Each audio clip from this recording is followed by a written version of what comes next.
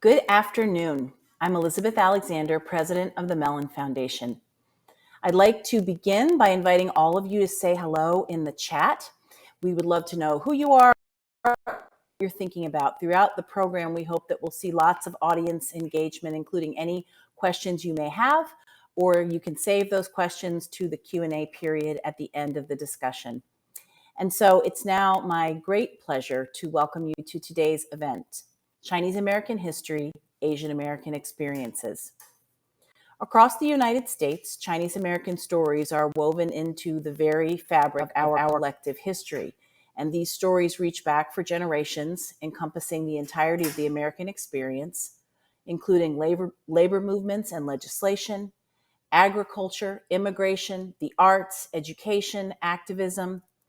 The influence of Chinese Americans on American culture runs throughout this country's society, but too many of those stories remain segmented, undertold, or underacknowledged. And as a result, too few have a fuller, more informed understanding of Chinese American histories and Asian American experiences within the profoundly complex history of the United States. And so joining us this afternoon for a discussion on these vital and varied and impossible to get our arms all the way around topics are three extraordinary authors, scholars, and advocates: Dr. Erika Lee, Dr. Mae Ngai, and Helen Zia. I am so honored to be in the presence of these extraordinary women. Dr. Erika Lee is an award-winning historian and author and the Regents Professor of History and Asian American Studies at the University of Minnesota.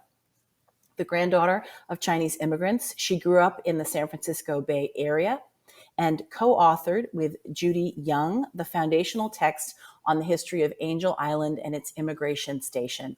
This is among many publications. This is the short version for everybody.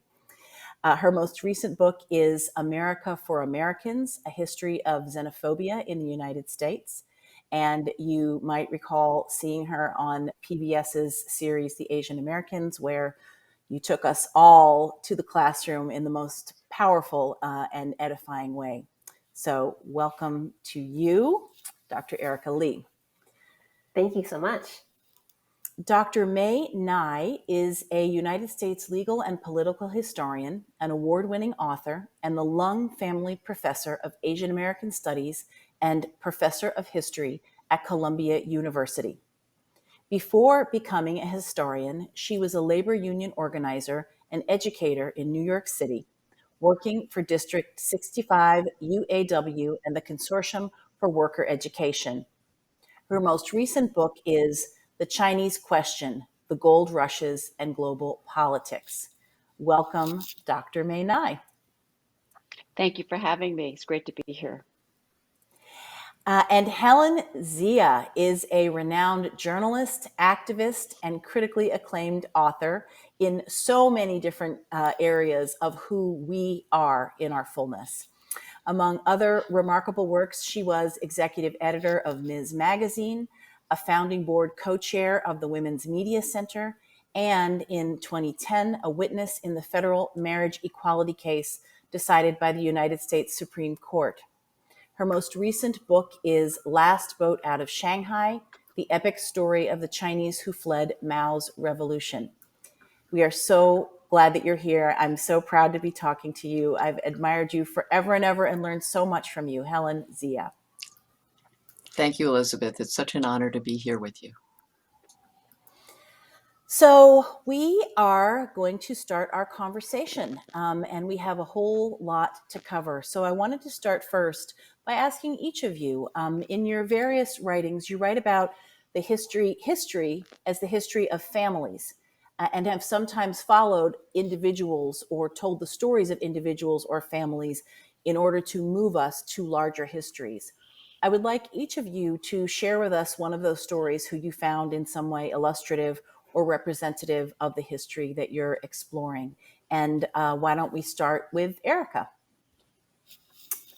I'd be happy to start. I think many of us come to this history from certainly the academic side, but for me, writing about Asian American history is very much of a personal endeavor. And so I have researched and written about my own family's history in nearly every book that I've written. And I'm so glad that you mentioned the Angel Island book, because I am the granddaughter of immigrants who were detained on Angel Island. And so finding my grandparents' immigration files, including their wedding photo that had been confiscated by immigration officials and written all over and then stuck back into a file not to be found for a good 50, 60 years until I opened up that archive box, was both a wonderful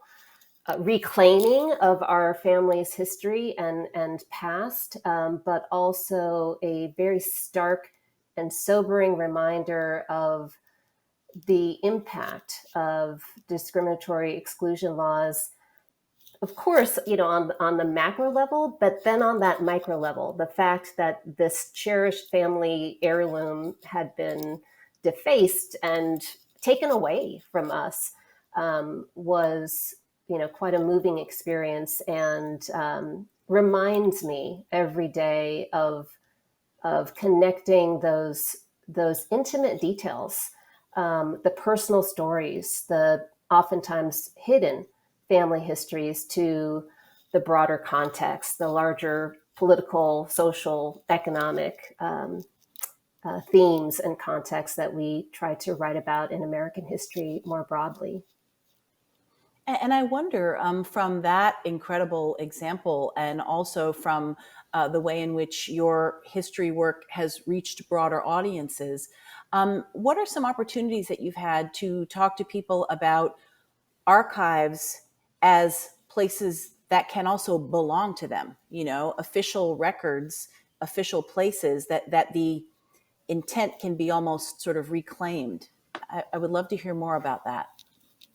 Yes. So I wrote the Angel Island book with my mentor and colleague and friend to, I think, all of us, Judy Young, who was instrumental in helping to preserve the histories of former detainees at Angel Island, and also to help preserve the actual historic site and to nominate it as a National Historic Landmark. And working on this book over many years, I recognized how much both the history, the academic history, had changed, but also in particular, Chinese Americans' relationship to that history. So that when Judy was collecting oral histories in the 1970s and 80s, she had to use all of her pull and influence within the community to recruit individuals who would sit down for an interview, a tape-recorded interview, and they were willing to do that, but they weren't willing to share their names publicly, so that when the first volume of oral histories of Angel Island detainees was published in the 1980s, it's anonymous, or Mr. Chin, or Ms. Wong. Mm-hmm. Fast forward a couple of decades, by the time that we wrote Angel Island, Immigrant Gateway to America, published in 2010 on the centennial of the immigration station's opening, there were lines of people waiting to speak to us, mostly to Judy, and sharing their family histories, saying, we went to the archives, we found our family documents. Can we tell our story to you? We have more stories to tell. And they wanted it recorded. They wanted it to be shared. They wanted it to be known to a wider world. I think part of that is the opening of the archives and these documents to the community. But another is Chinese Americans changing understandings of the exclusion era as not just to be something that they might feel ashamed of, but as something to understand as being a central aspect of the history of systemic racism in the United States. Mm-hmm, mm-hmm. Thank you. Helen, could you talk to us about family history and individual history as history? Sure. I'm not a historian, or I don't come at telling these stories as from an academic point of view. I'm an activist first and a writer because of my activism. And so for me, it's all about telling stories that will connect people. And that's one of the reasons I think telling stories through families and individual lives is so important. So that even if somebody is reading a story that is about somebody completely different and from a very different background, they can at least relate on a human level. And that's what's so what drives me to do the writing and the storytelling that I do. And so when you ask about a family that I'm very focused on right now is the family of Vincent Chin, who Mm-hmm. was a Chinese American young man in uh, about to be married. And so in 1982, he was at his all-American bachelor party when it was another time, like today, of intense anti-Asian hatred. And it was an economic recession in the country, an economic depression in the Midwest, and certainly in Detroit, where he was. And when he was out for his bachelor party, he was sitting across from two white auto workers in Detroit who looked at him and said, "It's because of you mother Fs that we're out of work." So they connected it to the time. And then they uh, tracked him through the streets of Detroit. They stalked him. They found him. They took a Louisville Slugger baseball bat and bashed his head into the street. And so that would have been a terrible tragedy enough. But then when it came time to be sentenced, the sentencing judge said to the two now very clean cut white men who are wearing suits now, and said, "Oh, these are not the kind of men you send to jail." And so he sentenced them to probation, gave them basically a a free pass. And so I got involved in that as an activist, but then also as a storyteller to look at who was Vincent Chin, what was his family story, who were these people. And it didn't take long at all to find out that the family of Vincent Chin, his mother Lily, his father C.W., had, in a way, the quintessential Chinese American story. His father Mm-hmm. had been a laborer, a laundry worker, a restaurant worker. He had come from southern China, the Toisan region, and he was limited in his ability to get anything beyond working in the service industries, where Chinese during that whole period were relegated. And he was only able to be married because in World War II, in his late 30s, he signed up as a GI and fought in World War II. And as an American GI, was then given the privilege to get a wife.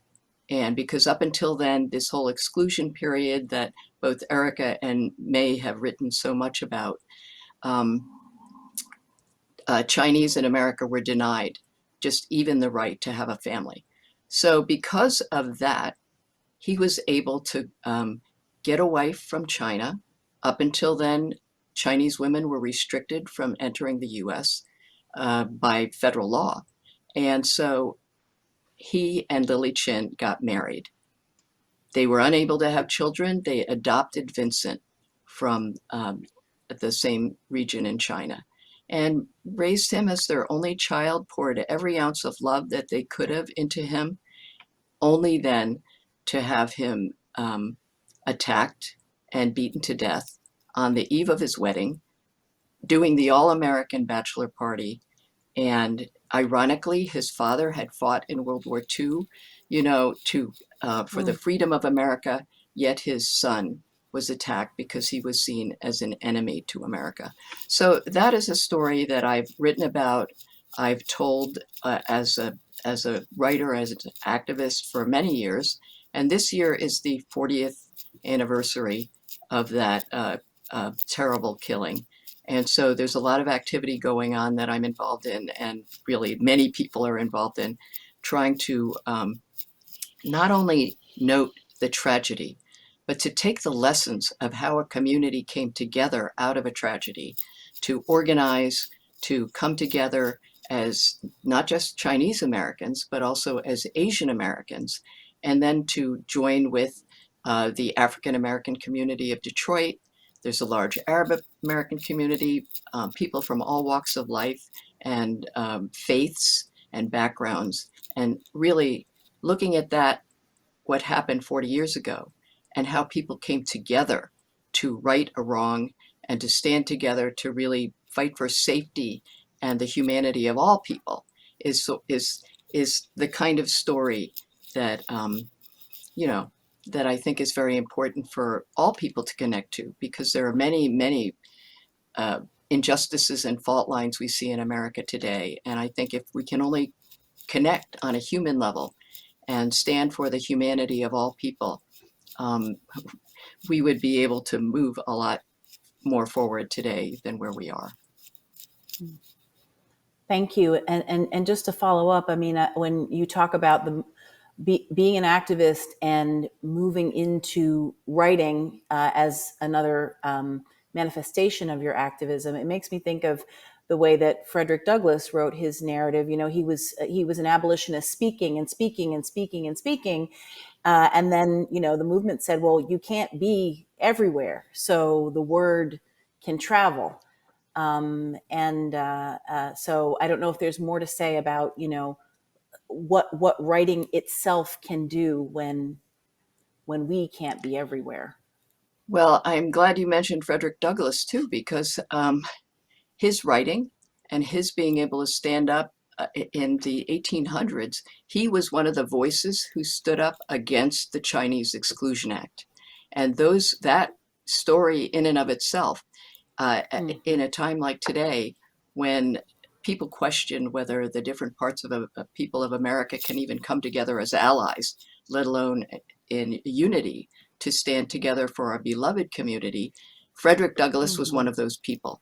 And if we could only remember that unity is not a fiction, it's not an ideal, That's right. but it's something that we have done over and over again. And if we could reclaim those stories, and because of the writings that Frederick Douglass did and many other people, we can actually point to those and say, this is not a fiction.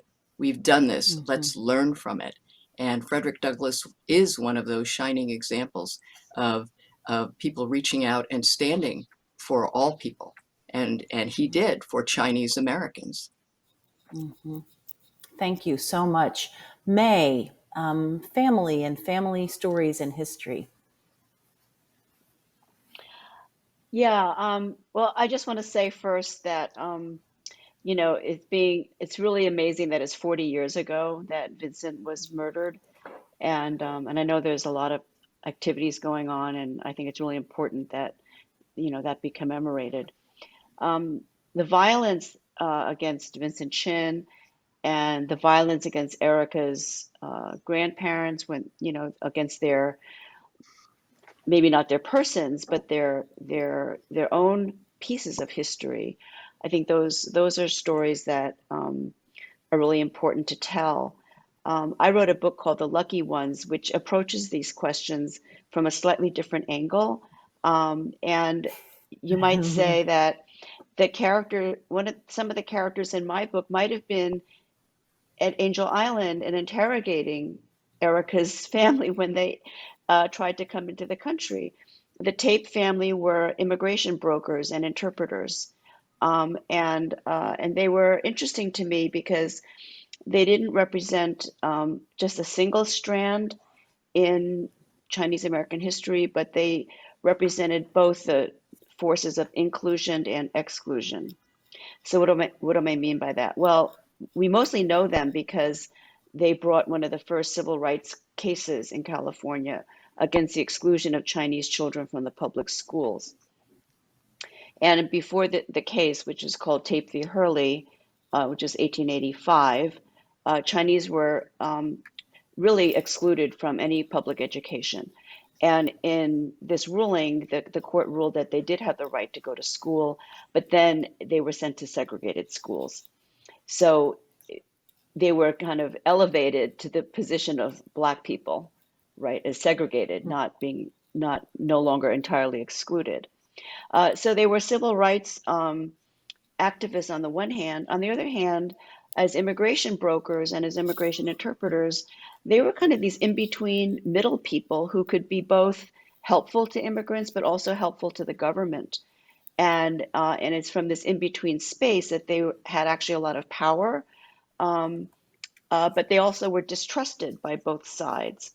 And so I found that their experience of both inclusion and exclusion taught us something about Chinese American history. That's not a linear path where, often people think, well, we were oppressed in the past and then, things got better and then we became included. So we went from exclusion to inclusion. And what I was trying to show with this family's experience is that you could be doing both at the same time. And even today, we see with all the violence and racism that's resurfaced, well, I feel it's never been that far beneath the surface, but we see again today what's happening. And it's clear that it's not been a linear path from exclusion to inclusion. It's been a very tortured path, and a lot of dynamics go on at the same time. So I wrote about this family because, from a narrative point of view, they were interesting, when you write about a family. But also, I wanted to think about how did people get into the middle class during the exclusion era? They were among the first Chinese American middle class people. And what I found was that this was the tiny little crack in the wall of exclusion, where if you were a broker, if you were like the person in the middle, that's how you could do it, because the government or businesses needed you because they couldn't themselves talk to the masses of immigrants. And the immigrants needed you because they didn't know how to deal with the government or the structures of entry, or even buying a railroad ticket. So that was the tiny little crack in the wall of exclusion where people could take opportunities that they were needed in myriad ways, and then they became more assimilated. Quote, I say that in quotes, quote unquote, because they still were not really fully let into white society. But anyway, that's the family story that I've told as a kind of window into thinking about the relationship between inclusion and exclusion. Thank you so much. And I'd like to talk now about physical places, historical places. We've talked about Angel Island, which of course we would talk about that. But to hear about some other sites that either are protected and developed as historic sites where people know that they can learn, or that you think should be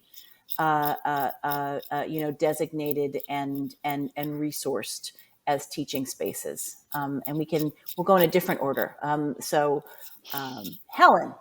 why don't you start? Well, sure. Let me just say how important it is to know some of these physical spaces. I have to say I grew up as a kid, ABC, American-born Chinese, in New Jersey at a time when most Asian Americans either lived in Hawaii or ghettos of California and places like Chinatowns in the East Coast, and I didn't. So I felt like I was an alien, not citizenship-wise, but an alien invader from Mars, because that's how people saw me. And when I walked around, I often felt like, were there ever any other people who were like my family who ever walked here before? I mean, that was something I physically felt, that people were always telling me, go back where you came from. And if I said, but I'm here, I'm in New Jersey, this is where I'm from, that they would, of course, that was not their desired answer. And as I grew older, I really was on a mission to find out, were there no Asian Americans in New Jersey before? Only to find out that in Newark, New Jersey, for example, there was a whole Chinatown there. They're documented in the New York Times in the 1800s, or other places within the Northeast you know, that there are many, many stories. There are all these little museums in New England that show these art pieces or decorative pieces from China, from Asia. Well, it wasn't just the stuff that came, there were people. They were walking on the streets. And if you look at them enough, and and to a kid, even today, growing up, seeing not seeing themselves anywhere, not seeing any of these places saying that you were here, your grandparents, you know, your ancestors or people who look like you walked in these spaces. They fought in the Civil War. They were all throughout American history. And so there are many places like that. I mean, I've personally gone to Rock Springs, Wyoming, to look at where a famous massacre took place that was recorded in etchings, you know, that we see today. The very first time I ever saw a picture of Asians in America was one about a massacre taking place in Denver. And if you go to Denver now, you really don't see any sign of that. But these are all places that there should be plaques or something that note that Asian Americans, people were here. And the reason that they're not so much now is because there was a whole period of ethnic cleansing, the driving out period, the exclusion period. This entire state of Idaho at one period, the largest ethnic group of people who were there were Chinese. You go to Idaho now and it's one of the 5 whitest states in the country where the different white supremacy groups try to go to. But that was once mostly an Asian, a Chinese populated place. And so I think of kids today that if they could see that you're not the only one, not only that you have a place in American history, when people say to you, go back where you came from, you can say, I am here. And not only that, my people might have been here before your people. Let's connect. Let's share our common history. So the places, there are many. And since I went on that mission to just try to find places not far from where I grew up, thinking that there were no Asian Americans here, I think all of those places are important, not just for Asians, but for all Americans, to just show the diversity of who is in America and who built this country. It really took many, many different kinds of people. And so we have to break through that master narrative that says it was only a certain kind of people from Anglo Europe. And so, so anyway, the places are critically important. Amazing, amazing. I'm now imagining, like, go back where you came from. Do you mean Idaho? Right, exactly. Mae or Erika, I'd love to hear about some places that you think are important, marked or unmarked. You know, I think that, if I may, Please. I think the effort to memorialize or place markers on historical sites obviously is so important, as Helen has said, everywhere from North Adams, Massachusetts, where Chinese were brought in the 1870s as to work in a shoe factory as strike breakers, but also in California, up and down the coast. There are a lot of places that mark murders, massacres, also old Chinatowns.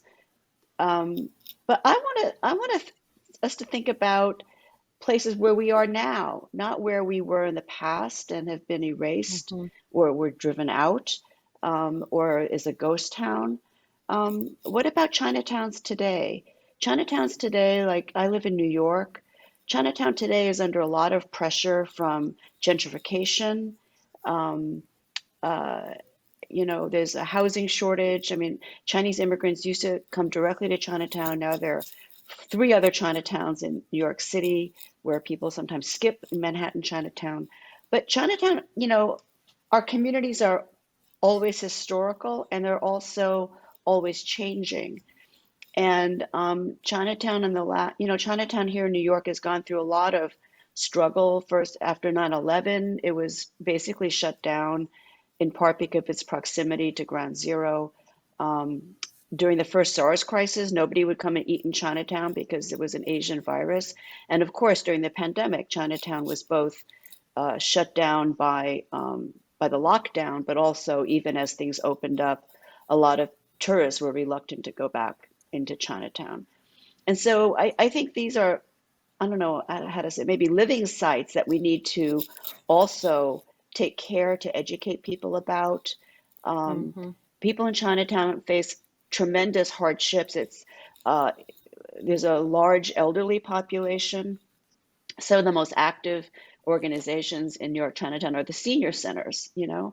Mm-hmm. But I work with the Tenement Museum on the Lower East Side, which is adjacent to Chinatown. Some would say it's even now subsumed by Chinatown, or is a war between Chinatown and the hipsters, you know, that have moved into the Lower East Side. But you know, there's an exhibit there that I helped work on about a Chinese family that lived in the building in the 1960s and 70s, and there's a garment, kind of a garment work at home shop that's set up there. So I think we need to find ways to also educate people about places that are our communities today, and to help people think through how they've changed over time. You know, Chinatown started as a segregated ghetto. You know, people didn't always live just in Chinatown, but they were increasingly not allowed to live anywhere else. But then it became a vibrant ethnic community, um, and we don't want to think of it as a tourist trap, right? Where tourists go, or where buildings are turned over and the rents skyrocket, and then white artists start moving in.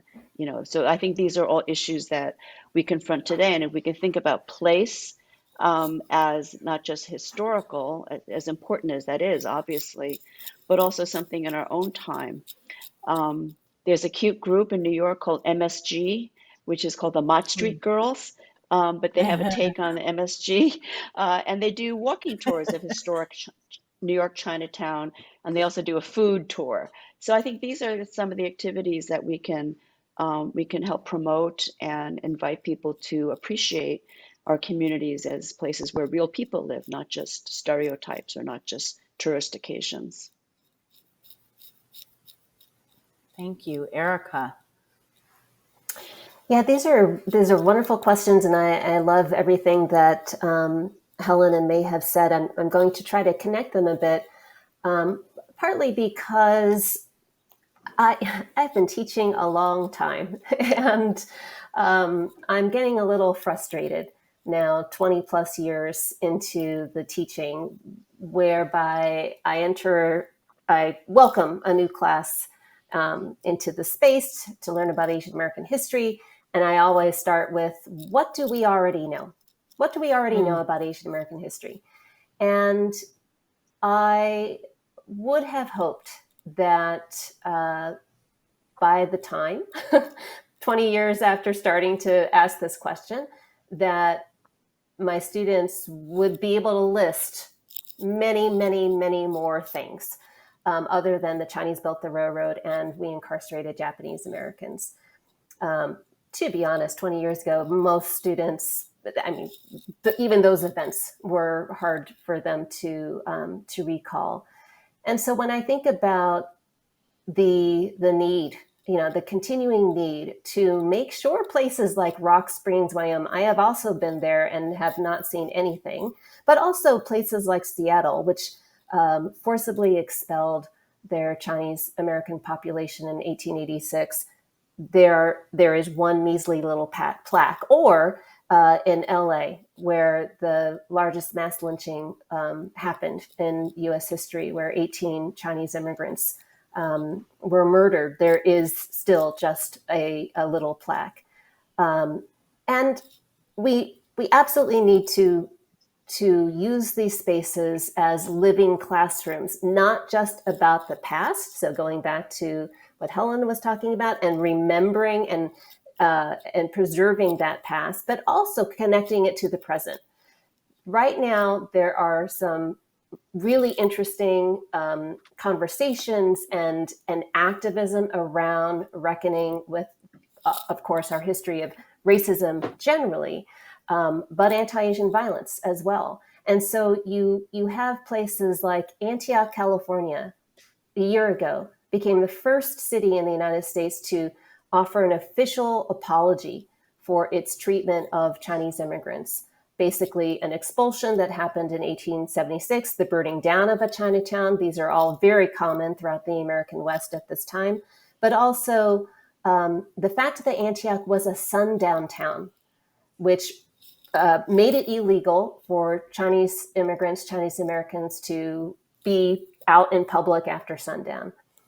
I grew up about half an hour away from Antioch, California.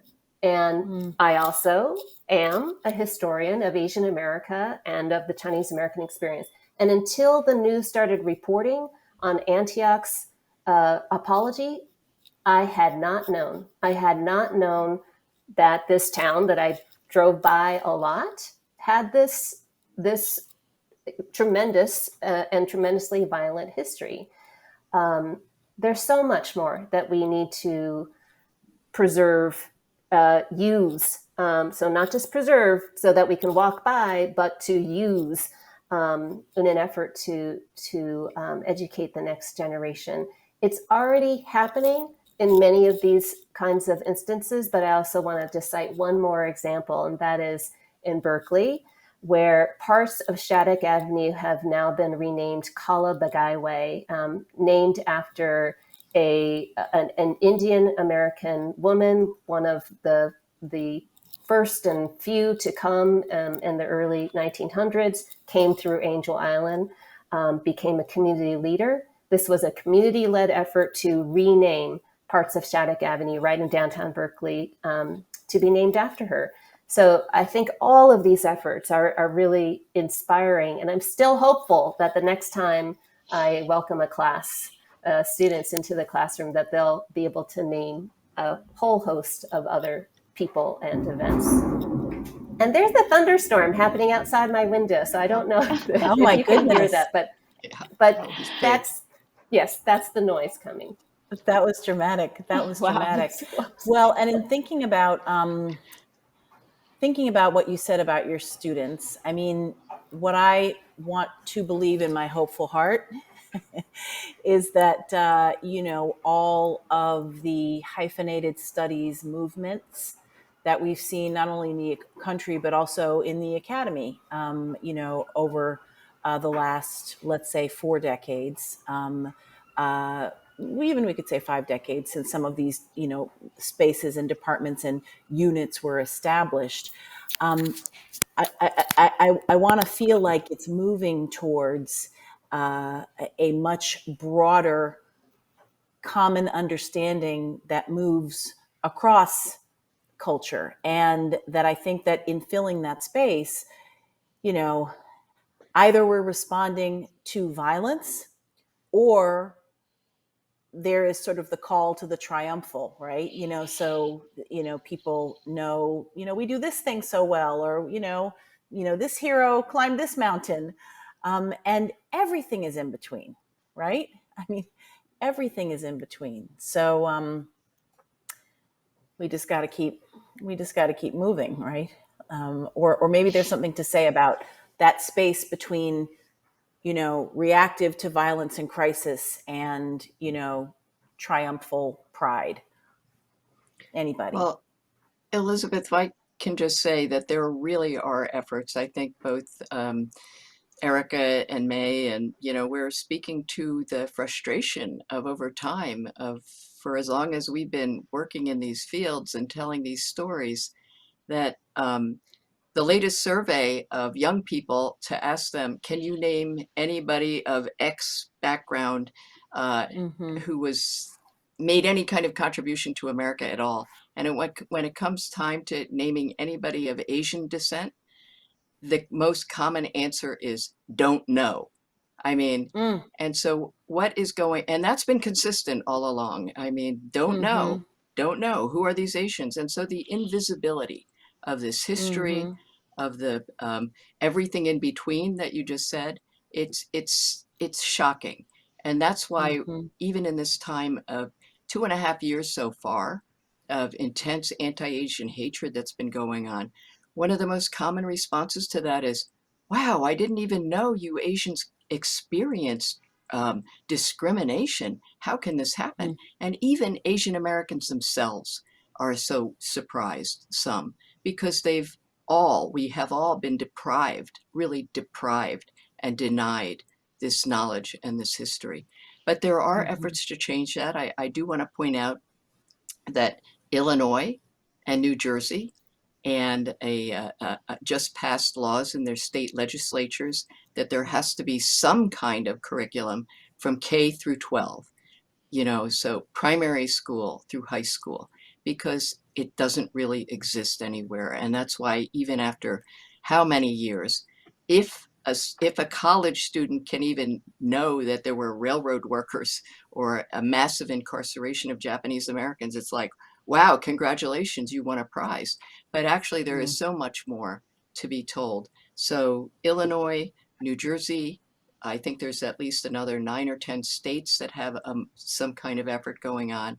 The state of California just signed into law that ethnic studies has to be taught K through 12. There should be some kind of curriculum.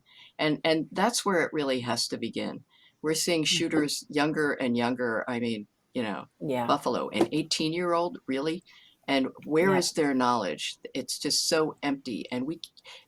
But not completely empty. It's filled with poison. And so that's what we have to put real history, the real connectedness, all that in between space that you were talking about. Yes, we've got to do something about it. You know what? I completely agree with that. And a bill was just introduced in New York, I think this week, for K-12 curriculum and Asian American studies. And actually, I've been writing for the New York Department of Education for an Asian American curricular website. So there is voluntary teaching that goes on in our schools, but hopefully we'll get a bill to make it required in New York State soon. But, one thing that we haven't talked about is how Americans perceive Asian Americans and Chinese Americans in relationship to U.S.-China relations and how Please. China is perceived. And I think this is the 800-pound gorilla, perhaps, in the room. It's always shaped how Chinese Americans are perceived, received, treated, excluded, suspected. It's always related to China. And I believe that the exclusion laws, when they were passed in the late 19th century, were not just aimed at keeping Chinese out of the country because they weren't white, although that was the explicit and proximate reason, but also it was an effort to contain China, to prevent China's people and China's capital from infiltrating the West. So because China was never formally colonized, so the West could not control the movement of Chinese people in the way that it could, say, for a colony like India, or even, in other instances. So the exclusion laws, I think, were not only aimed at making sure that California and the United States was a white man's country, but also to contain China and to preserve a kind of colonial type of relationship. And obviously, the United States relationship with China today is different. But again, of course, China's a competitor, an economic competitor. And I don't take a side in this. I don't say China's, or US, or whatever. I think there's bad actors on all sides and too much nationalism on both sides. But it's the fear of Chinese competition, and you see the same racist stereotypes kind of repurposed today, right? In the 19th century, Chinese were accused of being coolies or like slaves because they allegedly worked for wages that no white people would work for.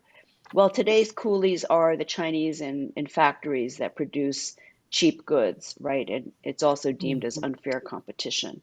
Or Chinese and Chinese American students who are abnormal or pathological because they study too hard, right? And so there's also a kind of unfair competition that's seen, right? And in both cases, they're driven by despotic masters, whether it's the Chinese communists or the Tiger Mothers, right? So you see the same stereotypes that have very deep historical roots kind of repurposed and adapted to today's conditions. And a lot of this is, I think, what drives a lot of the anti-Chinese and anti-Asian discrimination and violence. And unless we can kind of wrap our heads around that, I think it's hard to understand that we're all part of one people, one society, one history. Helen mentioned Frederick Douglass. What Frederick Douglass said in that amazing speech in 1869 when he opposed Chinese exclusion, he said, "Let the Chinese come." He said, "Migration is a human right, and we are a composite nation. So let them come." And, people are afraid that too many will come because China is a very big country. He said, "Let them all come. It's fine. They'll become part of us." And Douglass was giving this country a choice that linked the fates of African Americans with Chinese and other people of color. I mean, they didn't use that phrase in the 19th century, but he was saying, are we going to be a democratic country or are we going to be a racist country? And I think that's the same choice that we face today. Do we want to be a democratic country? It's not just about inclusion, it's about democracy, right? Who do they want to prevent from voting? Who do they want to take the vote away from? It's about democracy versus a white supremacist view of America. And that idea that we saw in Buffalo, replacement theory, that is not a new idea. That idea has been around since the late 19th century. And in the early 20th century, people spilled a lot of ink on this theory, writing books called The Passing of the Great White Race or The Rising Tide of Color, because Europe is not a majority of the world's people. It's not, but it controls, Europe and the United States control the majority of the world's wealth. So what are we going to do about that, especially at a time when the planet itself is in danger? So I think the lesson I think a lot from history is not only as Helen's, that I really agree that it's about connecting all of us as humans, right, with a shared experience, but it's also about a choice that we have as individuals and as a society. Do we want to be a democracy or do we want to be, an authoritarian state? Those are the choices that are before us. As the young folks say, that was a word, Professor Ngai. Thank you. And I just want to say, I'm from New Jersey too. Oh. we Jerseyans rock. Well, I think, one of the hard things also amongst all the hard things is thinking about, we're focused today, or our starting place today is Chinese American history, Chinese American identity, but then in our next part of our title is Asian American. So I would love to have each of you talk about the complexities of naming and navigating and coalition building under a huge umbrella identity with so many different, histories, experiences, languages, et cetera, et cetera, et cetera. How do you come to thinking about and working with this thing called Asian American? I'll start by noting that the term itself is, of course, a product of history. Before the label Asian American existed, it was Oriental. So you hit the nail on the head in terms of the complexity of this. We have seen during the pandemic how the so-called China virus has targeted not just peoples of Chinese descent, but also a range of Korean, Thai, Vietnamese, Filipino, Pacific Islanders. They're part of this complexity of the racial formation of Asians. Going back centuries, really, is to homogenize, to lump all Asians together as one group, and particularly as Chinese. Here in Minneapolis and the Twin Cities, we have one of the largest Hmong American populations. outside of Laos. And one of the very first hate crimes reported in the press was targeting a Hmong American family in the suburbs who were blamed for bringing the so-called China virus to the neighborhood. So there's this complexity in which the great diversity of Asian Americans have been lumped together. But with that has also come, with the shared experience, has also come a call for unity, a call for collaboration, an understanding that there are shared challenges and problems, also unique challenges and problems, but that the Asian American, and I'm specifically sticking to Asian American because the Asian American Pacific Islander umbrella is also another one. But with the Asian American pan-ethnic identity is one that is constantly in flux, that is growing, changing. People are adopting into it, but it is by no means is it stable. Is it uniform? It presents some challenges, but it's also, I think, especially in this moment, a unifying call as well. Can I just say too, in total agreement with what Erika just outlined, but it is a complicated topic to address in a very brief time because, as was pointed out, the vast majority of the people of the world, number one, come from Asia or the Pacific. And then if you take people of color from all of the non-Anglo locations, I mean, that is the majority. And so within Asia, nobody says they're Asian. You could say that there are no Asians in Asia because people will identify more, not even possibly with a country, but from a region, a location, a culture. There are more than 1.4 billion Chinese just in the continent where China is. If you took the Chinese diaspora, there are just lots and lots. And so the diversity, even within the moniker of China and who is Chinese, people might not identify. They might say, oh, I'm from, this village in China or this part of India, and not even say that they're from that country. So then, I mean, as Erika was pointing out, Asian America and that terminology has a time and place. It has a context. In a way, it's a construct because especially with newer immigrants, and the vast majority of Asian Americans today are immigrants, meaning that their primary identity of where they were formed as a child is not in the United States. And that's a shifting thing because I actually think sometime in the future, who knows when, that might shift. And there might be a majority of Asians in America who are actually, born in America, and they have a very different concept of their relationship to New Jersey, for example, versus where my parents were from, in a particular province of China. And so it's complicated because as human beings, we don't have just one identity. So in one gathering of people, I might identify as Asian American. In another, I might talk about being Chinese or being an American-born Chinese. And all of those have different connotations. But to your point about how then do we bring people together?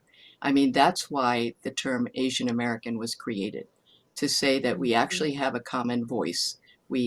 If we bring our voices together, we can do something about the invisibility, about the hate crimes, about the long history that is not just about East Asians, but also includes South Asians, Southeast Asians, Pacific Islanders, Native Hawaiians. And so we're really talking about yellow and brown people of all mixtures and textures.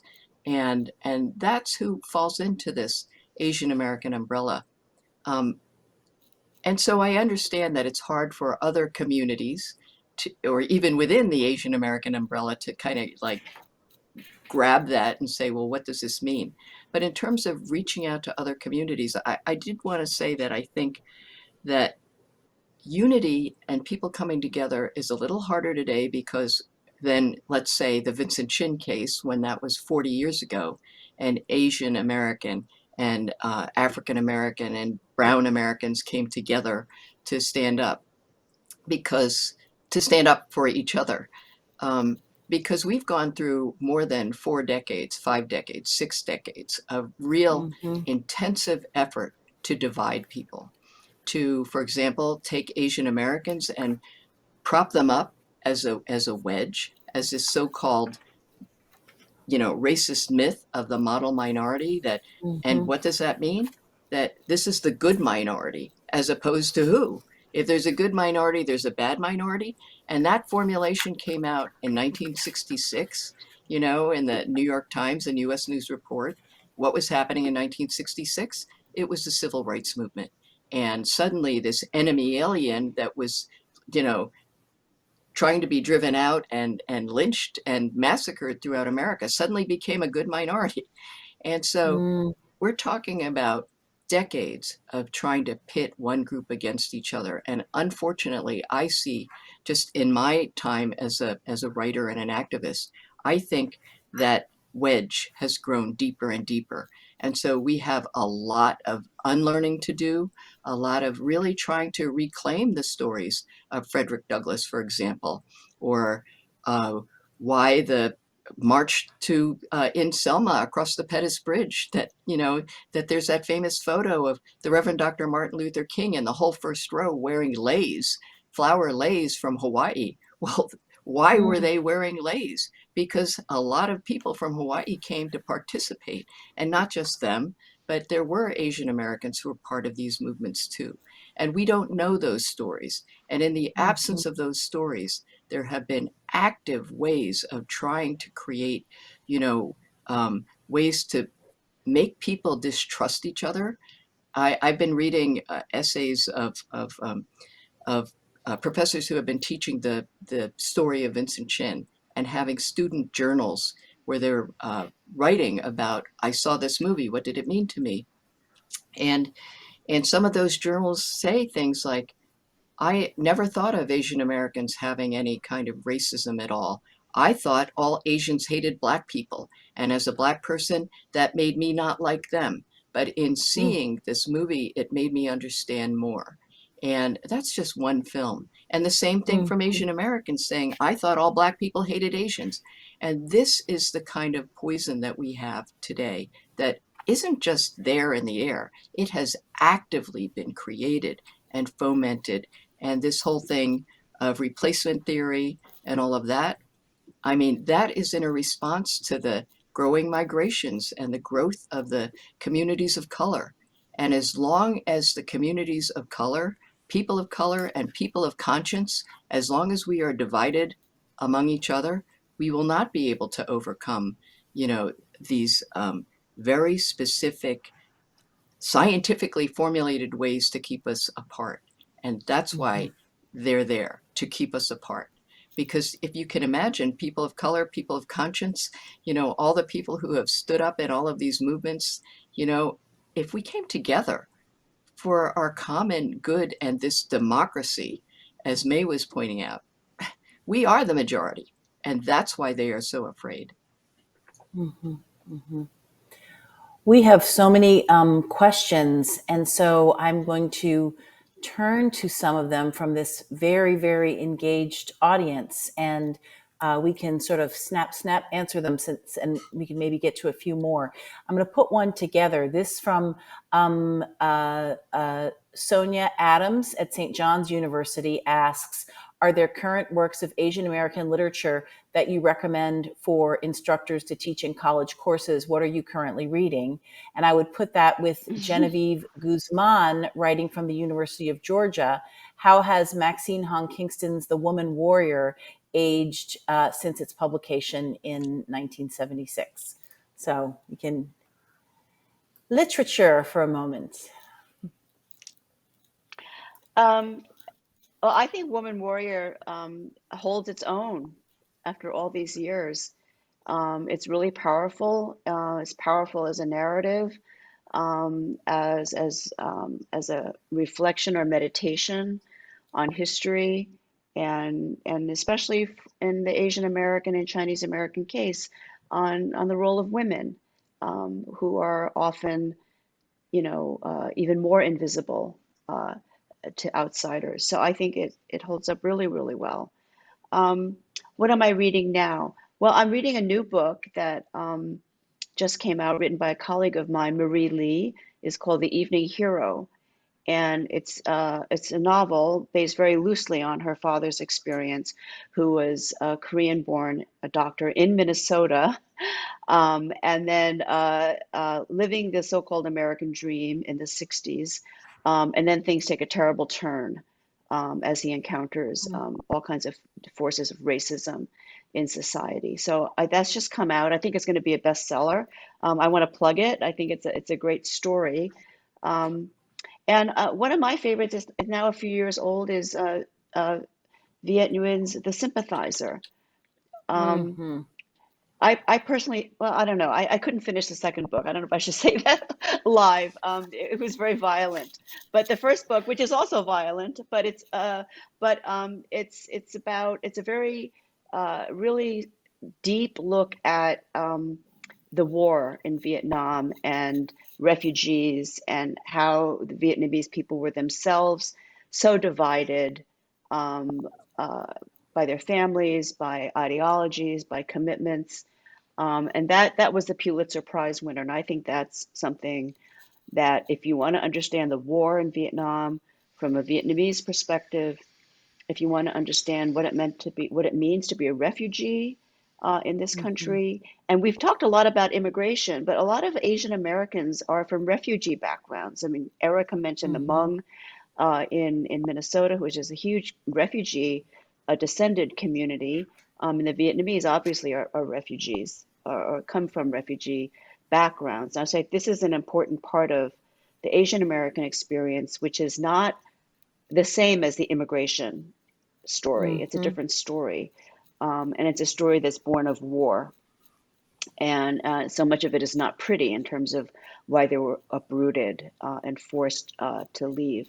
But anyway, so I would recommend those two books: The Evening Hero by Marie Myung-ok Lee, and The Sympathizer by Viet Thanh Nguyen. I don't know, what are you guys reading? Well, if I Helen, could Erica? mention a couple of my favorites too, I agree that Maxine Hong King's Woman Warrior, I mean, you know, it's a landmark book. It was something I read when I was, just getting a consciousness too. But in the meantime, there have been so many more books that have come out that really capture the breadth of um, some of the breadth of the experience of Asian Americans. And as Mae was pointing out, The Sympathizer.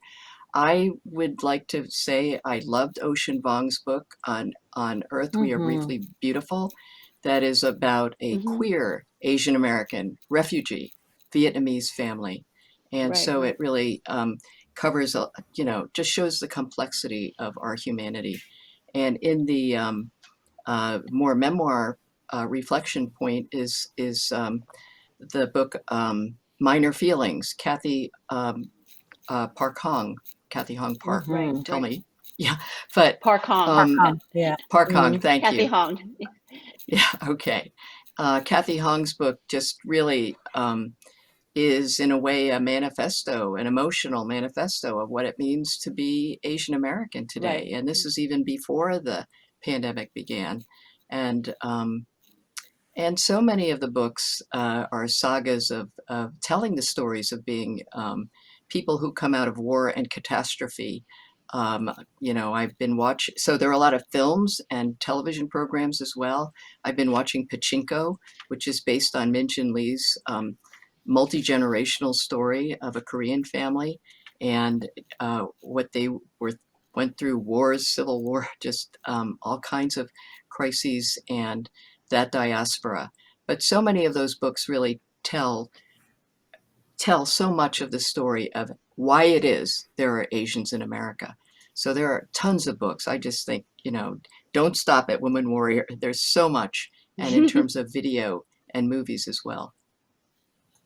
I used to try to keep up on all of the year's new fiction reads over the summer when I was in graduate school, and then you cannot do that now. It's really a wonderful phenomenon when there are so many memoirs. So my students routinely read Cal Kalia Yang's The Late Homecomer, which is the first Hmong American memoir, beautifully written.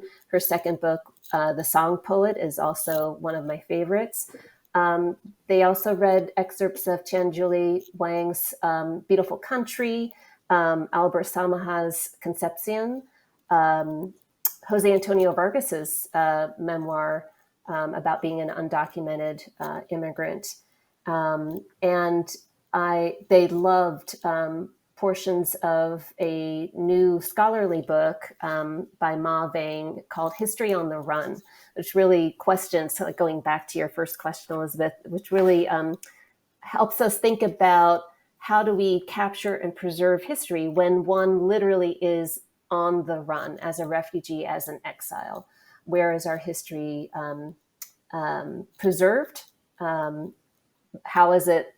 do we read history when it's sewn into our clothes, when we carry it with us in just a few artifacts? It was very compelling for them. Thank you. I would add to the list a great book of poetry, just to make sure you have poetry on there, called Yellow Rain by Mae Dervang, that came out recently, that is extraordinary because it is what you might call documentary or collage poetry. I mean, she's mining family histories and also documentary to get at the story of biological warfare against the Hmong. And the form of it is extraordinary. Mae Dervang, Yellow Rain. So that's poetry for the list. Here's a question from Xiaotong Wang at the University of Oregon. What can ordinary citizens do to advocate for the removal of all discriminatory clauses in historical laws and regulations? For instance, in some city ordinances, there still remains discriminatory rhetoric directed at African Americans, Asian Americans, and what is the best approach to educate the American public against these wrongful acts? I think that's a really interesting question about, kind of local citizenship and what is built into local laws and regulations that we might not even know is there. Some of the activism, a lot of the activism right now is being based around these local efforts. So, for example, in San Francisco, it was some high school students, some college students going to the Chinese Historical Society in San Francisco, doing this research, meeting with their city supervisor, and then, advocating for a resolution. So a lot of this is the hard work of the historian going into the archives, finding those statutes, but then, finding a receptive ear in local and city government. It does seem like we are at this moment in time when there are more people listening, more people receptive than any time before. So these kinds of efforts would be in line with what we're seeing around the country, but driven from the local community. Mm-hmm, mm-hmm. Anything else about local community kind of work that anyone wanted to add? Well, the I'll thing just about say it's a great way. Go ahead, Mae. I was just going to say, echoing Erika, I think it's a great way to start is in a local setting. It's hard to organize nationally. You need a national organization. You need a lot of coalition and networking, and those are important too. And we do have those networks. But ordinary people can get involved in their town or in their city, their community, and in some ways, it's a good way to build personal ties and build the kind of unity with others in your community. So I think it's a great idea. Get students or community people to do the research and put a resolution before your city council. Get petitions. I think working at the local is a great place to do it. And let me just jump on that to say, yes, organizing and social change is all about act local, think global. It Right. begins with what's happening to the people around you. And the good thing today is because there is social media, every one of us who has access to a smartphone or to the internet can take a picture of that ordinance that they found in the library or wherever they found it and post it somewhere, share it, and then take it further. As Mae was saying, a petition, take it to the city council, take it to the school board, wherever. But it's all about sharing it, connecting with other people who want to make a difference, and then don't stop there. It's all about, we connect with other people. If a piece of our, community's history is missing, we know that other communities' histories are missing too. Connect with each other. And that's where change happens. It's by, acting local and then thinking, okay, this is part of something bigger. It's part of something maybe even systemic or part of the infrastructure of America, that if we actually do something, we can contribute to making this democracy a democracy. So, you know, that's what it's going to take from every one of us. And I'll just say one thing further. If we do nothing, if you find something and you do nothing, then we're part of the problem. If we do nothing, that is just letting things continue the way they are. And we all know that we've got to make things better. Well, this has been such a beautiful conversation. We have so many more questions that we're not able to get to, but I would like to invite each of you just to go around, and maybe our order will be Erika, Mae, Helen, to leave us with a final thought, a final word, a final suggestion, a final call, something we didn't get to, anything that you want to leave us with in what I know will be an ongoing conversation amongst ourselves and with all of the circles of conversation that are in the reach of today. So, Erika, if you could start. Thank you so much. First of all, this has been a fun, dare I say, fun conversation, and also really inspirational. I have both a frustration, but also inspiration. The frustration has been that I feel that we as historians of Asian America, that we constantly have to repeat the very basics of Asian American history, and that limits us to getting into the deeper conversations and also solution building. But here's pivoting to the inspiration.